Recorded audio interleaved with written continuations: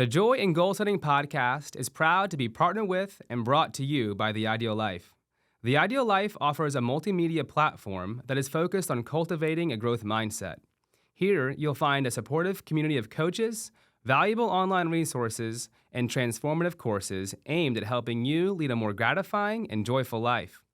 Ready to take the next step in your personal growth journey? Visit theideallife.com to explore their wealth of resources and join their vibrant, growing community today. Welcome to the Joy and Goal Setting podcast, where we empower individuals to discover their purpose, achieve their goals, and experience a joyful life through encouraging conversations. I'm your host, Hudson Dodds. Today, we're sitting down with Sam and Angelica from Doors to Dream. We discuss overcoming new challenges, impacting others, and how to navigate changing careers.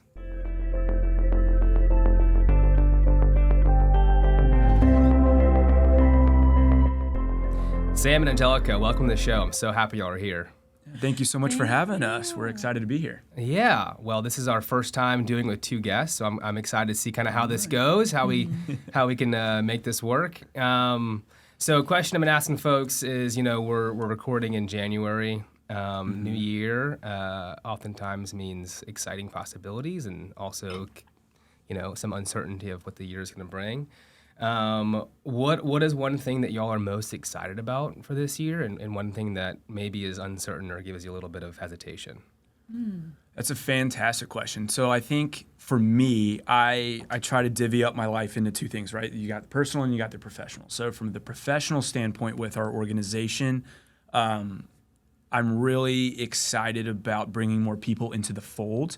I think we're going to expand this year and have more teammates, have more students, and I think that's going to be it's going to be a very exciting thing for us because that's our goal, right? Personally, honestly, it came a lot from Into the Ideal training of I'm really excited to be more consistent with my goals. I tend to be the person who sets really lofty ones and then, every month and a half be like, oh shoot, I need to get back on that. So this year I'm going to make a very firm intention of being more consistent with that. As far as uncertain goes, I think right now I'm in that very head in the clouds moment where I'm still feeling very optimistic about what 2024 has to bring. So I don't have any uncertainties yet. Talk to me about a month and a half, and I'm sure plenty of things will come up. Professionally, though, I guess the number one thing is we had some really great progress in 2023, and I think the uncertainty is, can we do what we did last year but better, right? And can we step it up a notch? Can we level up? And the bar has been set. Now we have to match it and exceed it. So that's mine. Kick it over to you. I don't know what to say after that. That was really good. I like the idea of separating into personally and professionally. Professionally, I'm excited and looking forward to this year of seeing our 8th graders graduate. A lot of them have been with us since the beginning of our program, and then seeing them transition into being freshmen in high school, just crazy. So that will just feel very full circle, and we will have had 3 years under our belt of having had launched our Pathways to Leadership program. So that gets me very excited to see how that will look and how students transition into our high school program or what they end up choosing. Also, having a new teammate and becoming a team of 3 will be epic. Bringing a new person into the fold and just whatever gifts they have, their passions, their skill sets, and how that will change our dynamic and what we're able to do. And just another person that students can connect with. And then personally, I'm just excited for all the things. I'm still a newlywed, sort of. I have a year under my belt, and so I love being married. So that is something to look forward to. Yeah. Just having adventures together. And I feel like life just is uncertain. I'm not sure my heads are in the clouds. I feel like every day, there could just be something in life. I have friends that have lost parents and stuff. So just I think just taking things day by day and yet being optimistic and joyful. That's awesome. I love hearing about exciting new things, and the uncertainty I think sometimes even helps us kind of refocus a little bit and make sure that we're inside our guardrails and we're focusing on the things that we want to make sure that we're focusing in on. Well, I love to hear where you're from, what school you went to, and what you're currently doing with your life. Yeah, so I'm from Athens, Georgia. So big Georgia Bulldog fan growing up, and loved growing up there. It was an awesome experience. Living in a college town is a little bit of a different vibe than a lot of other places, but I absolutely loved it. And then when I graduated from high school, I went to the University of North Carolina, Chapel Hill, which was one of the better decisions I've ever made. And it's funny, all my family, my mom went to Duke, which is hysterical because my whole family are Duke fans, and I'm the lone soldier on the other side of things. Goodness, yeah, that makes for an interesting family dynamic. It's always fun at Thanksgiving, that's for dang sure. So once I graduated from Carolina, I was going to be a doctor. That was like kind of the whole game plan. That was one of my goals. And then life kind of shifted for me, and I realized that it wasn't truly my passion, and I wanted to take it in a different direction. I always knew I wanted to help people, but I wasn't quite sure where that was if it wasn't medicine. Mm-hmm. And we were actually talking about this on the way over. Like, it was a very scary thing to jump from this plan I've had since I was 4 into this world of education. So I applied for Teach for America and got it. And, don't know how, but I must have sweet-talked someone into letting me in. And I was an 8th grade science teacher in Nashville and loved every second of it, or at least most of it. And enough to when I moved to Charleston to be with my now wife, I wanted to stay in the education space. And that's where I found Doors to Dream, this nonprofit that allowed me to be in the education space, but in a little bit of a different lens. I wasn't in the classroom every day, which I do miss.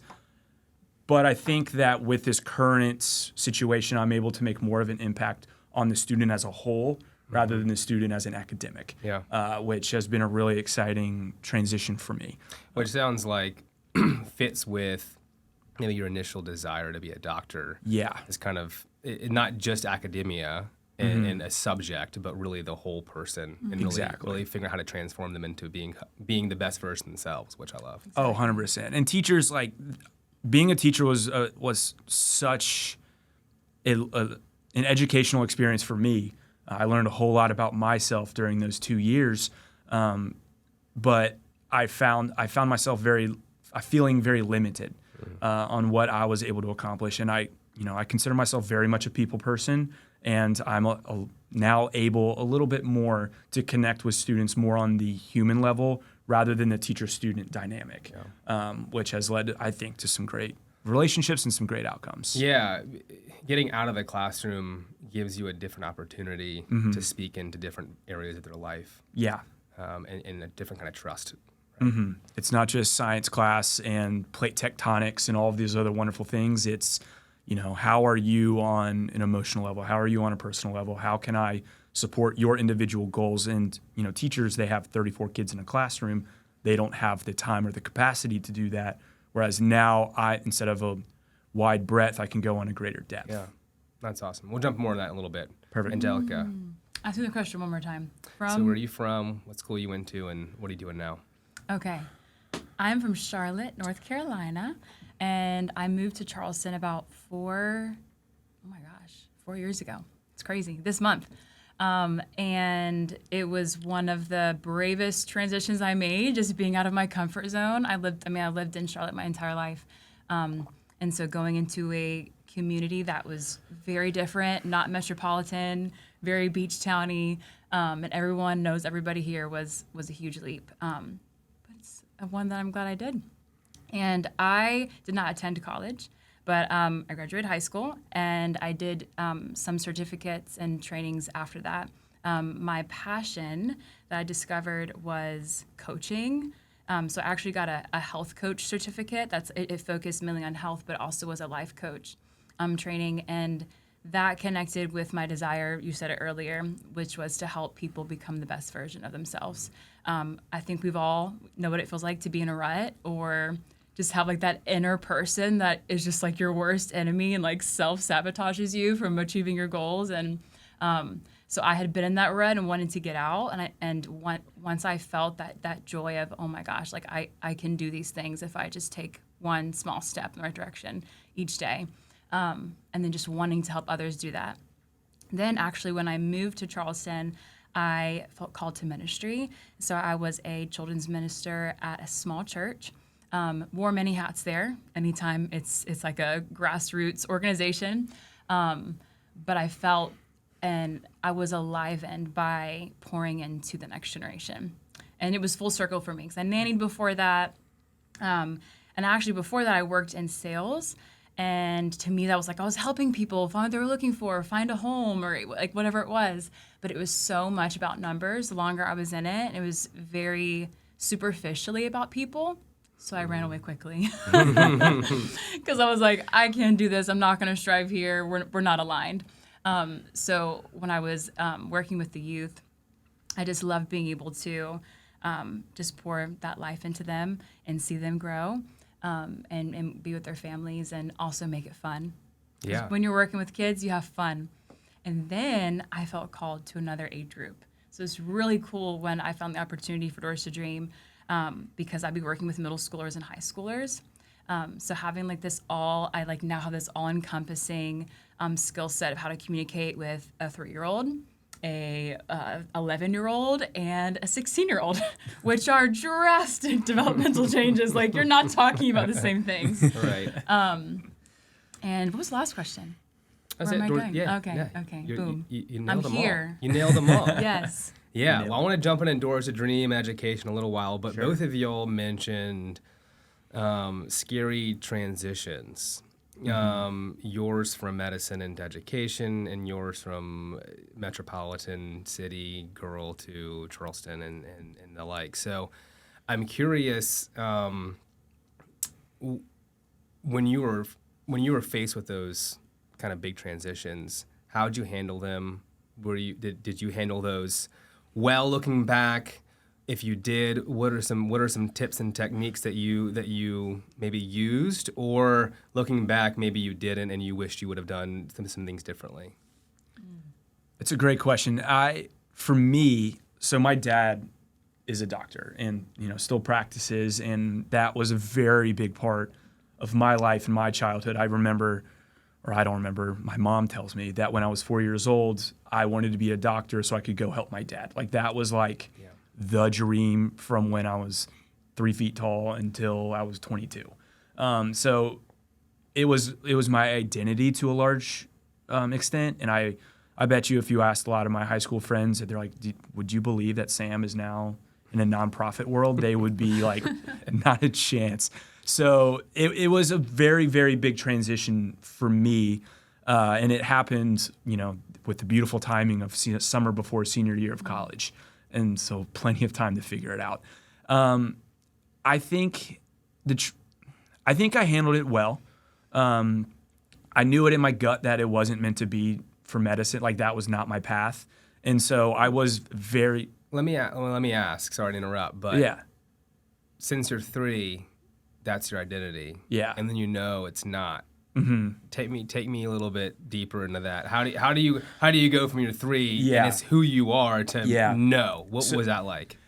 It's a cool story. So the second best job I've ever had behind Doors to Dream is I was a hiking counselor at a camp out in Colorado, Chile, Colorado camps. Second best job. If I could do it every day, I would definitely do it every day because I got to hike with high school kids every single day for a summer. And the camp itself is, a higher end camp where you normally have people of means coming there and sending their kids there for 3 weeks to 8 weeks. And, it's a big deal. But they do give out scholarships every year. And I think it was the July session, we had a kid named Manny who was from the south side of Chicago. Did not look, did not talk, and did not have nearly the same world experience than a lot of our students, or a lot of our campers, excuse me. So Manny was there, and Manny just dove all the way in. I remember the second day we were on a camp to Sky Pond, and it's a 9-mile hike. He's coming from the south side of Chicago. He's now at 10,000 feet elevation, day 2. The boy is struggling. Yeah. Like, he is not having a good time. He's in the back with me. Like, he is just, gasping for air. And I continue to ask him, like, hey, like, do you want to slow down? Like, I'll tell Mitch up there, like, hey, we'll slow down for it. It's all good. And he kept saying, no, like, I'm good. This is nothing. And just, like, grind it for 12 miles or whatever the hike was. I think it's like 8 up, 8 back. So a good 16-mile hike. Yeah. And just grind it, and was just so happy to be there. And he kind of approached the whole July kind of like that. He did everything. He went mountain biking, he went camping, he went backpacking, he went hiking. He did anything that was available to him because he's from a neighborhood that, this is all brand new. None of it, right? It's not even within the realm of possibility for him, but now he has a chance. Shoot, I'm going to take advantage of it. So fast forward 4 weeks, it's the end of the camp session, and for the 15-year-olds, you get to vote to who comes back as a counselor in training, right? And I think everyone can kind of see how this story ends, but there are kids there who have been to that camp since they were 5 up until they're 16. And those are typically the ones who get the CIT role. But Manny was one of the people that got elected. Like, oh my gosh, are you kidding me? It's crazy. So what I saw in that moment, I get a little emotional talking about it, is this kid from the South Side got a shot and got an opportunity and took advantage of that. And that's it drastically changed his life. And that's when I was like, oh, this is where I belong, right? Like, this is where I need to be. Like, I need to be giving these kids, and from this particular demographic, an opportunity to live their dreams, to succeed, to chase whatever they want to chase. And knowing that if you just give them a chance, like, they're going to tackle it, they're going to attack it, they're going to be excited about being there, rather than, maybe take it for granted or not understand the wealth that person has from opportunities and chances. So, long story, Manny totally shifted. I don't even know if Manny knows this, but he totally shifted the course of my life towards the youth development space rather than the medicine. If you want to discover how the Ideal Life's founder, Mark Condon, quit smoking, shed 80 pounds, established a thriving logistics company, and embraced the challenges of becoming an Ironman triathlete, all thanks to the framework we referenced in today's episode, order your copy of his inspiring book, The Ideal Life, today with their website or any major retailer. Begin your journey towards a fulfilling life filled with purpose and achievement. Yeah, well, it's a really interesting lesson for, everyone.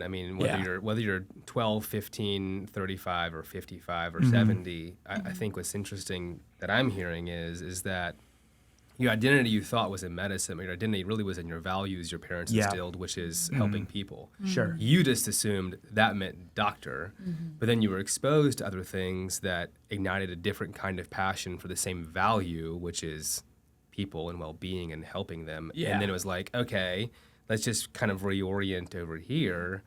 So I'm not belittling Sure. a big shift, because it is a big shift, but I think it's an interesting lens to kind of think of how oftentimes we think of jobs as identities in who we are, and that's what we have to follow, versus values and passions. And there's lots of jobs inside of those that fit us at different stages of life too, as we get going. Yeah, I think for me, like, I knew what was going to fill my cup, right?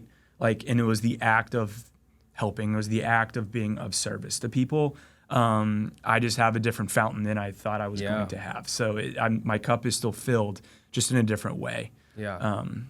The shift itself, I think I just got lucky. I think I applied for TFA, and I happened to apply at the right time and happened to talk to the right guy, and I think it all kind of aligned for me. And I took that kind of as a sign of like, okay, like, we're doing this. Yeah, it was still a big jump, though. I mean, 100%. Goodness, like, it all works out in the end, like you're saying. I'm sure you worked your tail off for all these things, but nonetheless, it's scary to jump into something new, and to jumping into a new city. That's it's not easy, and for folks that might be thinking the same thing of like, it's time to kind of move on. I don't know how. How'd you approach it? What was that like for you? I was excited. I was relieved. Yeah, it was actually in November that I visited the beach first in the city. I think that's important before you move somewhere to visit it.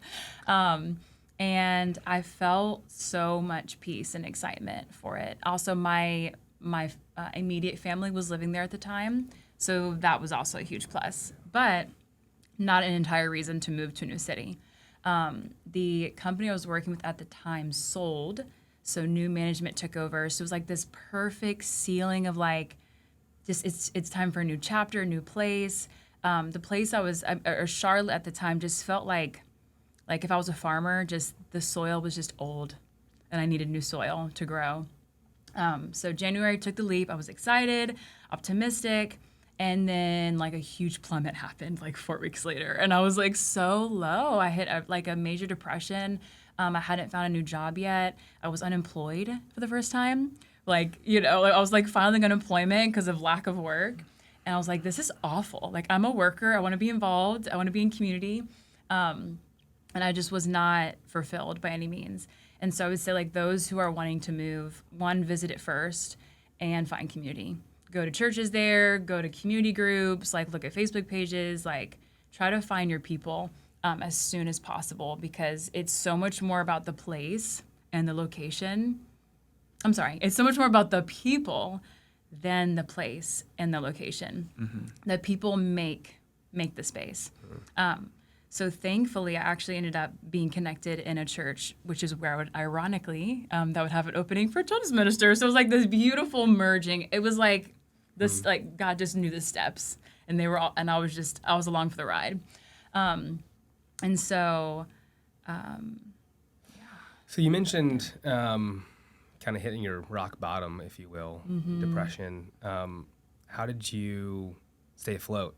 How did you keep going forward? How did you not let that tailspin into something even deeper and worse? How did I let that not? So it's funny because I was living on an island at the time, and I was like, that's how I feel. Like I'm literally alone on an island. I still have really good friends in Charlotte, and one of the things that kept me afloat was staying connected to them. And I remember my friend, she just said to me, she was like, I don't even remember what she said actually. It's kind of like Maya Angelou style. Like people remember more of how you made them feel than what you said. But it was along the lines of like, you're going to get through this. Like you just have to get up. Like you just gotta get up. Like you can stay here and be stuck and become cement in the situation, but like you just gotta get up. This is just a part of your story. And shortly after that was when so many things started to change for me. So it just kind of goes back to community. Yeah, community. The framework we talk about, these 7 life roles, and community is one of them. And I remember. And it's so frequent and so common in our culture, I think, to like, when we think of life roles, I think people are like, of course, there's work, and there's wealth, and there's family. And I think majority would stop there. And if you push them, they could probably think of some more and who makes us. But community and wisdom and faith sometimes tends to be ones that people, I think, often kind of either don't practice, don't put effort into, and sometimes don't really know how to, especially if you weren't raised in the same kind of, in a home where those things were valued. But community is huge, and community, like you're saying, is not only what got you out of where you were, but now is continuing to help you grow as a person. Yes. And what y'all are doing at Doors to Dream in a lot of ways is like building a community. Absolutely. So I'm curious, I mean, you could jump into kind of Doors to Dream and maybe tell everyone a little bit, what is Doors to Dream? What are y'all about? What are y'all doing? Yeah. I'll start, and then you can fill in the blank. So Doors to Dream, we are a youth development program. We work with Title I middle school and high school students. We're in 2 feeder systems, right? So we're with Morningside and North Charleston High School, and then Simmons Pinckney Middle and Burke High School, with the thought process that we'll start with 6th graders and we'll follow them until they graduate. So we have 7 years of time to, make some transformational change, teach some lifelong lessons and skills, provide opportunities, build confidence, all of those soft skill, 21st century skills. Right. And we do so through the lens of service. Mm-hmm. So service to us is the most important driver for people, and I think that's where people can find their passion. There's no prerequisite for service. You don't need to be good at Algebra 1 in order to be good at service. All you need is a caring heart, and that is a really big thing for our students who maybe don't find success in the classroom.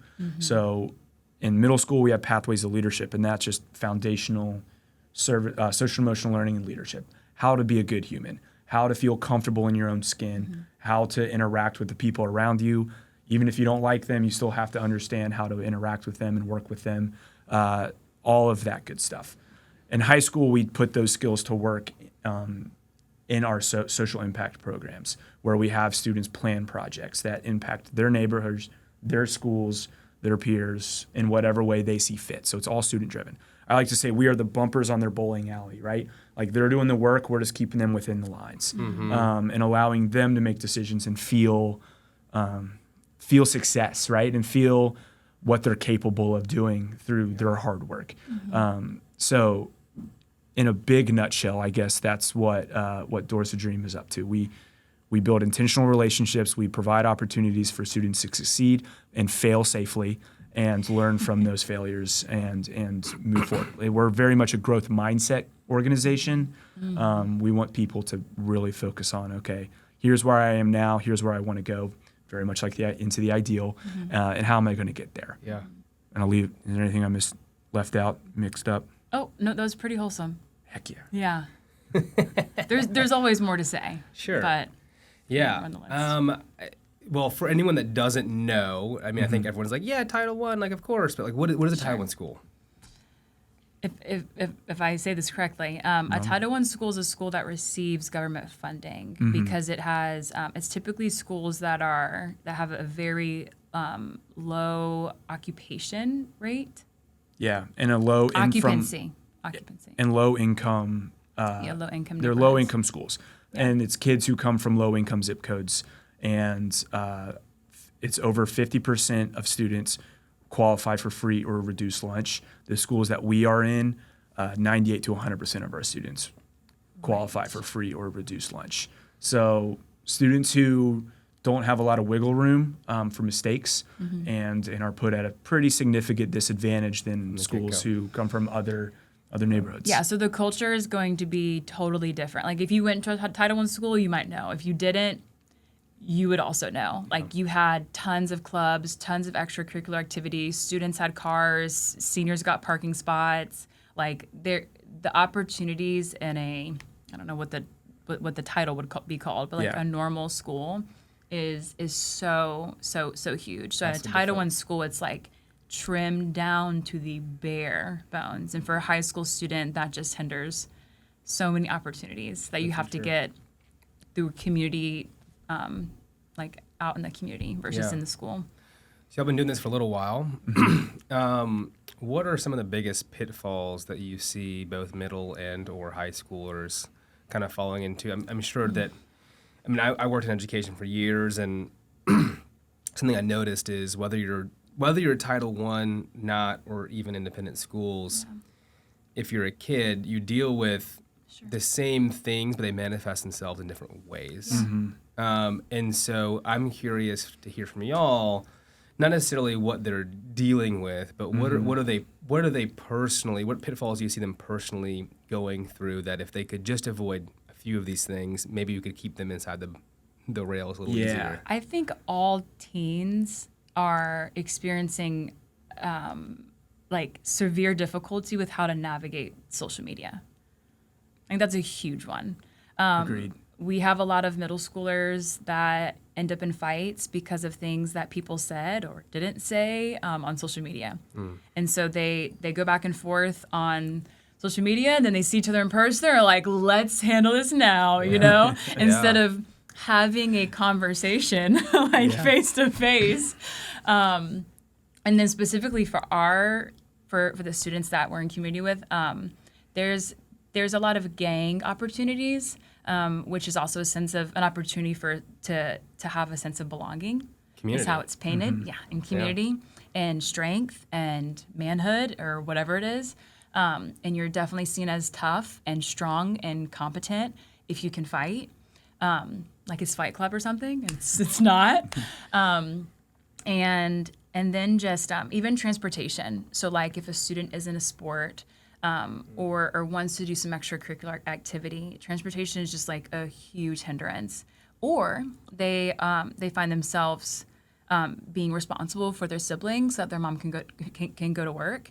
And so they're already having to deal with like adult responsibilities on top of doing their schoolwork. When the brains aren't even fully formed yet. Yeah. When they're 12 or when they're 11. Yeah. And I'll add on to that as well. I think this goes through all, walks of life is a lack of confidence.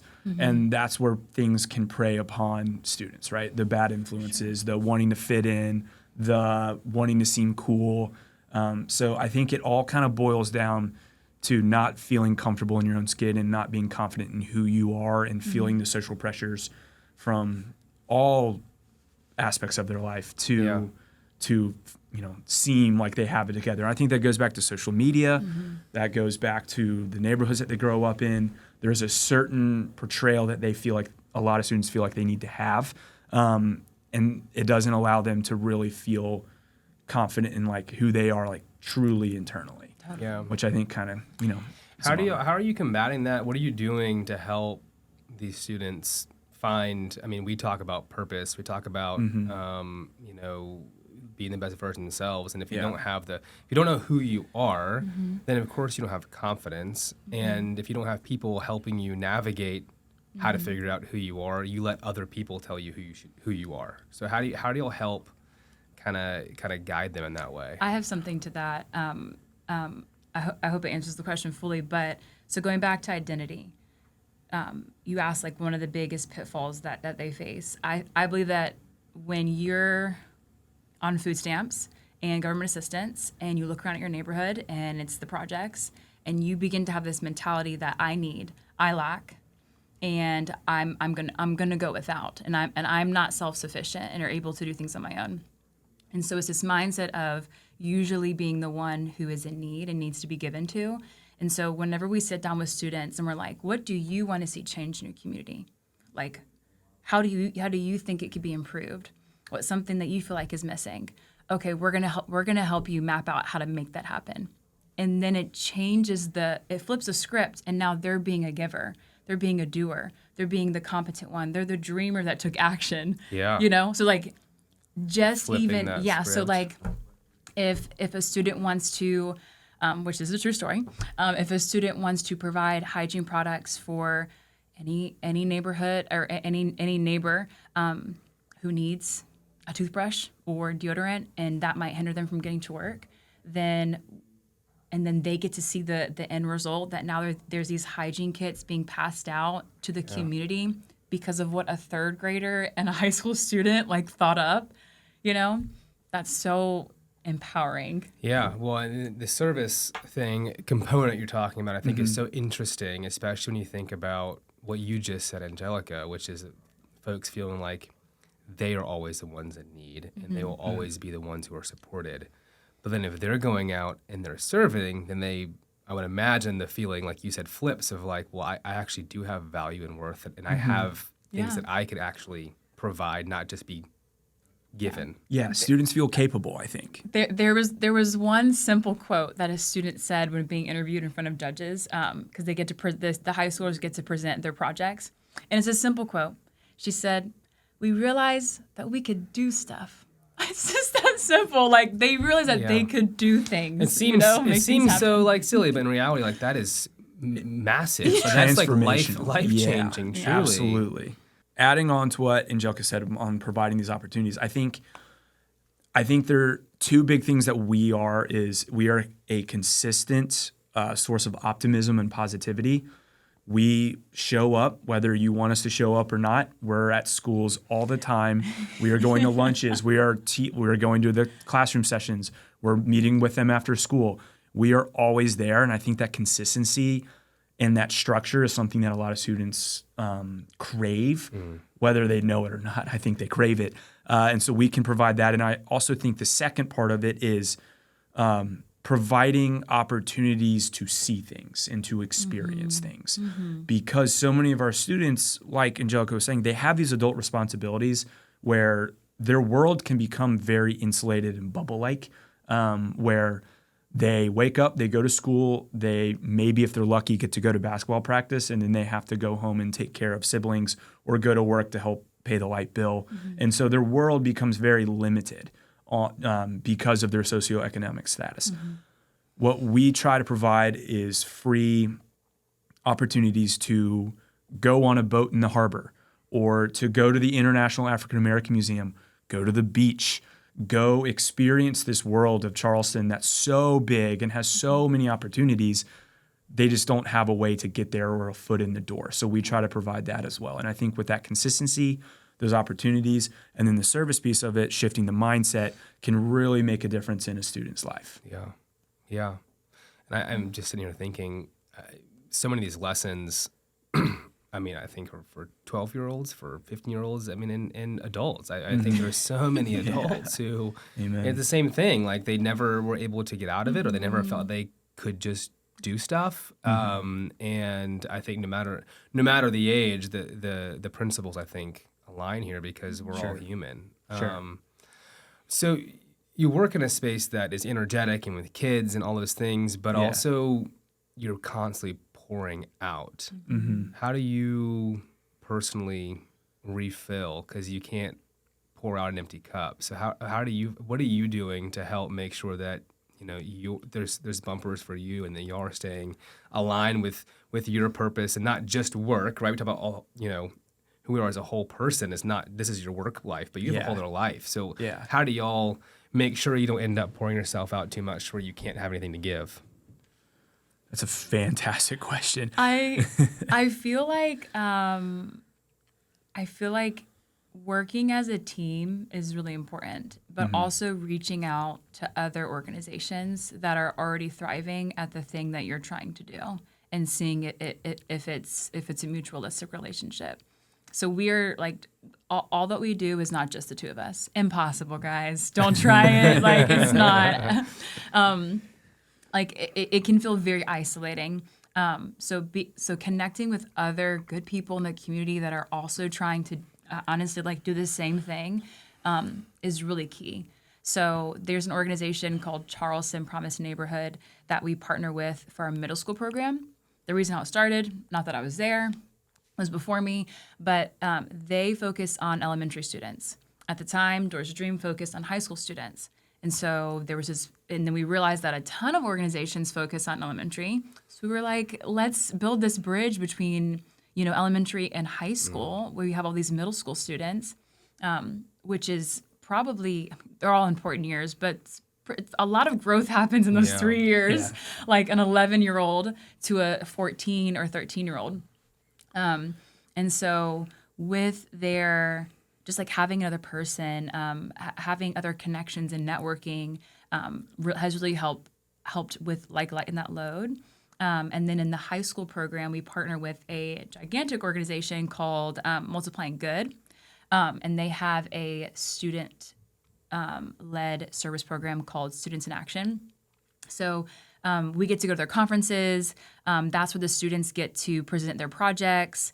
And so they get to, and when I say conferences, it's like we literally get to take high schoolers to like a leadership conference. Like, there's guest speakers, there's activities, there's things that like I didn't experience until I was an adult, like awesome stuff like that our organization could never provide.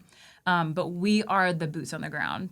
We're meeting every week with students, coaching them, guiding them through as they're building their project.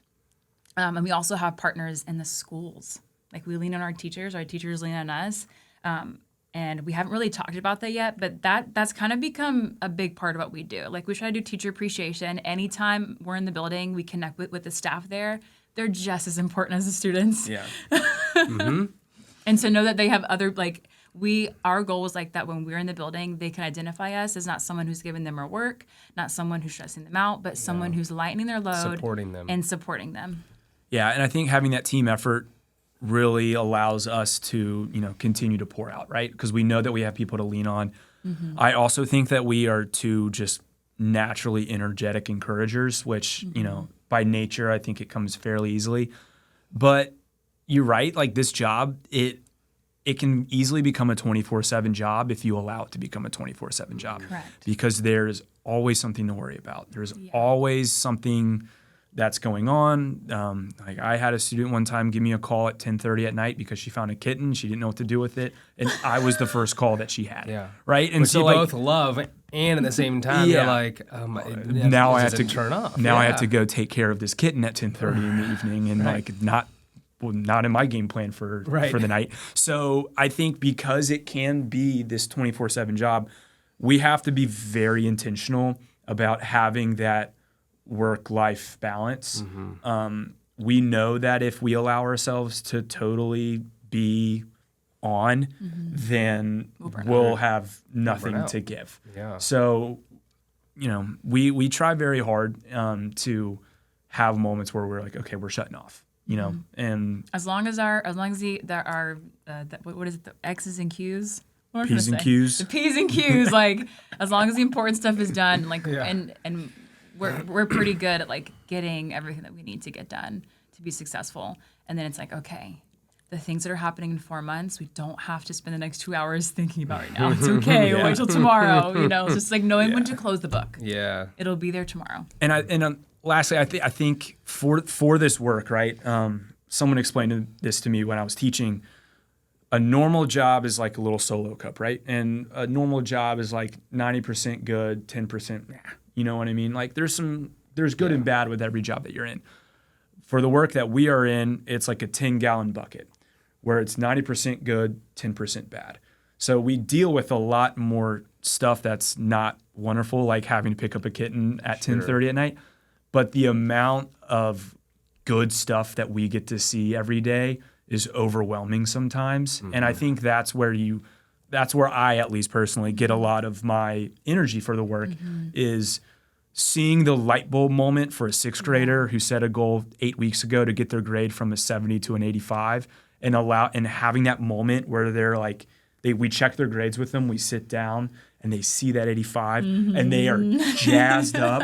Like that moment like gives me so much life because one, it's just darn exciting, right? Yeah. Like this kid's so pumped and He can do things. that we can do things. Yeah, I can do stuff. And two, like knowing that the work that we put in, you know, all the time, sometimes it feels like 24/7, that the outcomes are happening. Matters. Like right. we're like, it's just There's like any impact. goal that you set, right? Like we get joy from the goals that our students set, not only the goals that we set, because we have 150 students. Every one of those students has goals. When they reach a goal, it gives, you know, a little juice to us too. Yeah. So Absolutely. really making sure we focus on the positives of that, it can be a really, really fulfilling, or it is a very fulfilling. Yeah. Well, we talk thing. about the pursuit of goals a lot. And, Yeah. you know, it's not just the achievement. Obviously, you get pumped for it, but, like, it's the pursuit. Yes, the growth is mindset. is just as much joy, and then the afterwards, like reconnecting that back to like you wanted to get an A, not just to get an A, but because for whatever the goal is that you're setting. Yeah. And so I'm sure you all reconnecting that back for them. Do you find that there's resistance at the goal setting for the students at the beginning, or are they all excited to have someone help them set their goals? It depends on the grade, I would say. Like a sixth grader, or even honestly, any of the middle schoolers have maybe never done this before. So they're kind of like, why are we doing this? It's the whole like why and not fully understanding it. So there's a lot. So I would say the first goal that we set in September was very much like they did not understand how to write a goal. I mean, most adults that you guys probably work with are like, I remember even being in the program with you guys and being like, oh yeah, I need to tweak that more. Yeah. I'm avoiding it, making it specific, for a reason. And so seeing it in a child is very similar. And what is last one train of thought? Yeah, and I think so because a lot of our students are inexperienced with it, and we allow them to set whatever goal they want, right? So we've had students who've been like, I'm going to get all 99s on all of our Right. classes. Like, that's And not achievable. Yeah. I mean, And- maybe eventually, but right now, like, that's Yeah. not. If you have Fs, Let's think about this. let's think Yeah. about this. So we try to provide those guardrails, but Right. 'Cause we because- want them to experience Yeah. a win. yeah. Yeah. And let them know like a D is a win. If you It's- have an F, if you have a 17 right. in this class, Just slowly moving Yeah. up. Just slowly moving up to where that could be an achievable goal. But right now, let's be realistic here. Exactly. Yes. And so in providing that structure can be difficult for some of our students, but it's also cool to see that like they want to be like that's their ideal self maybe is that they're getting 99 so they're Right. getting so but it's like but helping kids understand you don't just get there overnight. You got to play the long game. Yeah. So start small and then maybe by the end of by fourth quarter maybe so Maybe. yeah. Yeah. And I think that one of the biggest things for our kids, and it kind of goes back to what we were just talking about, is the consistency of it. Yeah. I mean, adults do this as well. We were actually talking on the way over here. Like, we loved the sessions with y'all because it provided consistent accountability, and that's what we try to provide for our Yes. students, right? Yes. Like, how can we make sure that you're not forgetting about this goal once real life starts to happen? Yeah. And so we're constantly there for them to be like, how are your grades doing? And they'll be like, oh, yeah, you know what? I did say I wanted to get an 85, and I didn't do that well in class today. Right. So that constant reminder for them starts to build that habit because it is a Yeah. hard habit to learn. It's a from. hard habit. And when they set the goals, when you ask those questions, the accountability is not, I want you to get this. It's you said that. Yeah. And then it hits home Right. differently. It does. For any age person of like, okay, well, Yeah. this is something that I do want. Yeah. I know I want it. Yeah. It's painful right now. Yeah. But it's something that I chose. And so I know you're here to help me, which is different than like, let's sit down, I'm going to tell you what I want, which is a Yeah. very, very different kind of mentality. I wholeheartedly agree. And so when we set these goals with our students, we try to give them buckets, and they need to have 3 buckets of goals. One's an academic goal, one's a personal goal. And we included a health one this year, which I thought was fairly interesting. Yeah. But within those buckets, we said, we don't care what you set. Doesn't matter. We'll help you be strategic if you want our help, but if you want to get your 90 in math to a 95, go for it. If you want to get your 82 in English to an 86, go for it. Whatever goal you want to set for yourself, like we allow them that freedom because I think a lot of our students in school don't feel the freedom of choice. And it's because the teachers have, it's an uphill climb for them. So there just needs to be things that happen, but we try to give them the choice. So yeah, it is kind of funny seeing like what matters to you.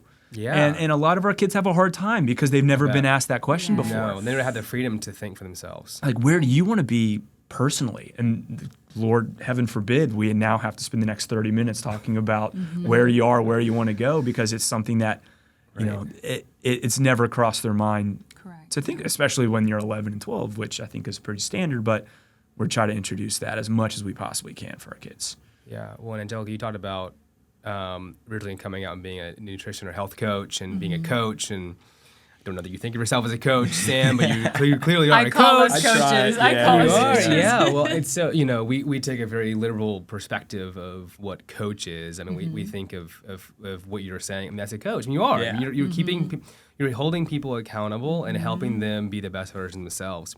Whether that's like wealth management or whether that's a doctor or whether that, whatever, it's what it is. And it's so interesting how I think we as humans, we want to be the best version of ourselves, but we also find great joy in seeing other people become the best version of Oh, yeah, themselves. for sure. Yeah, absolutely. It's super Hopefully we interesting. all do. Yeah, Hopefully yeah. we all do. Yeah. on wood.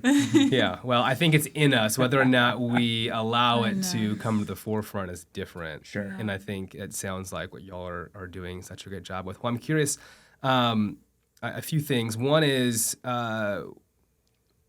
y'all mentioned a lot of programming. Yeah. I was wondering if maybe if y'all have the same one or different, if there's one that you're particularly proud of or most excited about. I know all of them are good, so and I know that there's not like a hierarchy, but I don't know. I'm just curious if there's one that like really, really gets you going. I wonder if we have the same answer for this. I'm going to let you Let's go say at the first. same time. Yeah, ready? I'll count down. All right, ready? 1, 2, 3. Dream Pathways team. leadership. Yeah, there you go. Okay, I good. figured that would be the case. Yeah, me too. So for me, it's the Dream Team, which is our high school service program.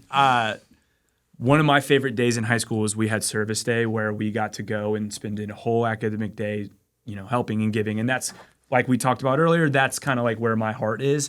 And I think that's where we can see the most growth for our high school kids. And so that really jazzes me up. That was also kind of the bread and butter of Doors to Dream at the very get-go. So that's where I started. And that's where I grew, I developed that program. Became your baby. Right. It became my baby. Right. So that's what I'm really excited about. I love the light bulb moment of seeing a kid being like, I did this. That we built this playhouse for these 85 screaming children right now. I did that. That's what gives me the most joy. And it does not surprise me at all that you said PTL because again, she built it. Yeah. No, that is funny. Yeah, definitely Pathways to Leadership because just everything about it. It does feel like a piece of me for sure. It does. I love it because middle schoolers, I feel like, are so awkward and to adults. Yeah. And they feel uncomfortable in their skin and maybe it brings something up for adults. I don't know. But I just will act a complete goofball in front of them and just be silly and be totally comfortable with it because middle school's hard. I remember it. So it's almost like I just love speaking to that place in their life. If a girl's being sassy or if a boy's fibbing to me, I'm like, honey, I wrote the book. Right. You're not phasing me. But also because they're I feel like they're overlooked. It's just not that they're the misfits, but in a sense, I feel like, well, you're again, figuring out who you are and you don't know who you Yes. are. Oftentimes your friend group changes, your passions change. so much. And for adults, I think you're dealing with an age where they're still goofy like a lower school or elementary kid, Yes. but they're thinking now on a high school level. Yeah. And It's a they don't blend. know how to handle it. Oh, and totally. adults equally don't know how to handle it because Yeah. it's awkward, like you said, and adults Yeah. run from awkwardness, and we just mask I don't, awkwardness as much as yeah. possible. Yeah. But I think it's that age is beautiful if you let it be beautiful, and it's Yes. awkward if it's awkward. Yeah. And you can meet them where they are in the goofiness, and also meet them where they are in the they can have deep conversations, and both of those things are Totally. equally great. Yeah. Like an eighth grader is you can see a lot of seriousness in them. They want to be serious. They want to be cool. Sometimes they're more reserved. But they're almost merging into young adulthood. So you can kind of maybe have a more heavy conversation with them. Seventh graders are still kind of bippity boppity, really trying to figure out who that's when friend groups That's are a a lot of crazy year. changing. Yeah. Sixth graders when they're still kind of little still fifth babies. graders. They're They're Yeah. a little sweet. bit. They think So- that they're older, but they don't really want to be yet. Right. Yeah, So exactly. it's a lot of the program's really built like building blocks. So it's cool to see we'll talk to sixth grade about something, and then seventh grade and eighth grade, and each we're literally building on a foundation. Yeah. And it's so drastic. So it's just cool to see it all come together. Yeah. I love Yeah. it. It's always middle school is always funny because when I told people I was an eighth grade science teacher, they'd be like, "Ooh," and I'm Every like, time, right? But I'm like, no, that age group is awesome. Yeah. Because they, like you said, especially with eighth graders, and we're seeing this. This is our first year with an eighth grade group with Pathways to Leadership, and it's been so much fun because they think they're old enough to think they're real people, but they're not old enough to actually be a real person Right. yet. And they can still fail safely. Oh yeah, and Correct. and so really harnessing reminded that that energy, that awkward energy, Yeah. and leaning into it and being goofy. It allows our kids to come out of their shell. The student, they start to see Angelica and Sam and Mr. Eddie with Charleston Promise being all goofballs, and then slowly but surely you're starting to see that wall come down, and you're like, oh, we're getting to you. Yeah. I know you don't want to, but we're getting We're to getting you. there. Yeah, and that's where you can start to see the progress in their everyday life. I guess I don't know their conversations. Yeah. Their goofiness. So, folks listening, how can people get involved? What are ways in which they can partner with you, help Doors to Dream succeed and be the best version of itself? What can Yes. people do to help you? Well, we're hiring. So if you would like a job, Join the dream team. But we also do service Saturdays. And so what that is we go out in the community, we either partner with another organization that's doing something great, or we go out and do our own thing. So the teenagers, the middle schoolers, parents, anybody can come to that. This Monday, we did a service. It wouldn't really be a service Saturday, but this Monday, the South Carolina Aquarium, the Charleston Parks Conservatory, everybody, all these organizations came together to host a litter sweep in honor of Dr. King. So. Yeah, and so those service Saturdays, they typically happen on the third Saturday of the month, typically. But I think the lowest level form of getting involved is following us on Instagram, subscribing to our newsletter, and we put everything that we need or out there for the most part. And then, of course, you can visit us at www.doorstodream.org. There's my plug, and see what's going on and learn more about what we're doing. And I think that we're both open books. Our inboxes are always open. Yep. Please shoot us an email. Our contact information is on our website. We are open to everyone coming on aboard. We had a family night not terribly long ago where we invited a bunch of families in to learn about the program, eat dinner. We love the idea of having people around a table together. And one of the things that we stressed was it takes a village, right? And then the whole cliche, but it takes a village. And so we are welcoming anyone and everyone into our village to ensure that this next generation of leaders for our city, this next generation of change agents for our city are jazzed up, confident, and ready to go. Yeah, absolutely. We also have a fundraiser coming up in April. Yes. If you're the philanthropy type, or even if you have $5 to give, like, trust me, it goes a long way into opening doors for these students. Do y'all have? Yeah, I'm curious. There's folks who love this type of work, and their life doesn't allow them to volunteer, or their life doesn't allow them to do things, but they want to support, and financially, maybe their only way to be able to support. Sure. Is there a way to give online? Absolutely. Yes. If you go to doorstodream.org/donate, it's all very simple, easy to go from there. Like Angelica said, we are still very much a grassroots organization, so big or small, it all makes a difference. It all goes into the students, into the classrooms, and ensuring that they're given an equitable shot at chasing their dreams and living that inspired, purposeful life. So any donations are very welcome.